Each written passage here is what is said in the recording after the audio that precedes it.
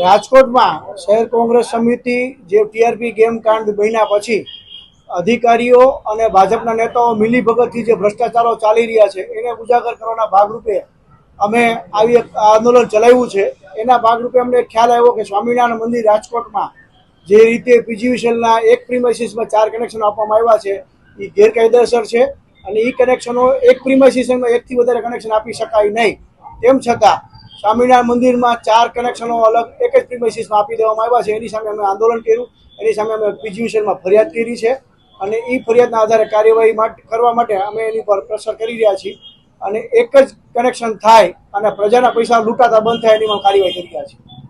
પ્રેમવતી એ રાજકોટ સ્વામિનારાયણ મંદિર વતી નકશાઓ મંજૂર જે કરવામાં આવ્યા એ સંદર્ભમાં પ્રેમવતી જે જગ્યાએ ઊભું છે પોતે પાર્કિંગની જગ્યા પહેલાં હતી, પછી અલગ અલગ નકશાઓ બતાવી અને એ પાર્કિંગની જગ્યા પર કોમર્શિયલ બિલ્ડિંગ આજે ઊભું થઈ ગયું છે।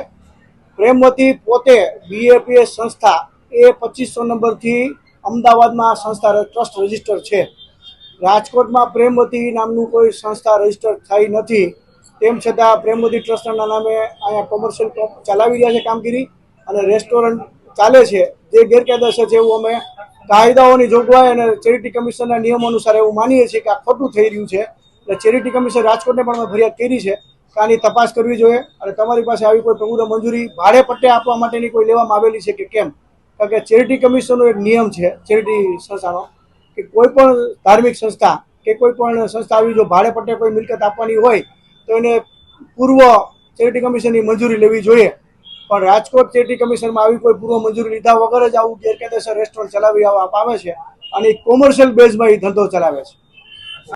એ જ અમે પીજીવીસીએલના અધિકારીને કહે છે કે જવાબદારી તો પીજીવીસીએલના અધિકારીની હતી કે આવી રીતે કનેક્શન એના નિયમો મુજબ આપી શકાય નહીં। ગુજરાત ઇલેક્ટ્રિસિટી બોર્ડના ગાઈડલાઇન મુજબ બહુ સ્પષ્ટ ઉલ્લેખ છે ગાઈડલાઇનોમાં કે એક જ પ્રીમાઇસીસમાં મોટી સંસ્થા હોય, કોઈ પણ ધાર્મિક સંસ્થા હોય કે કોઈ પણ રેસિડેન્શિયલ હોય કે કોઈ પણ કોમર્શિયલ બિલ્ડિંગ હોય એમાં એક જ પ્રીમાઇસીસમાં એક જ કનેક્શન આપી શકાય।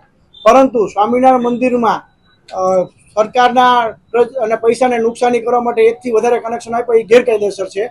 એટલે અમે એની ફરિયાદ દાખલ કરાવી છે અને પીજીવીસીએલને હું કીધું છે કે તમે એક જ આ કનેક્શન આપો જે તમારા નિયમો મુજબ છે એની અમે ફરિયાદ કરેલી છે।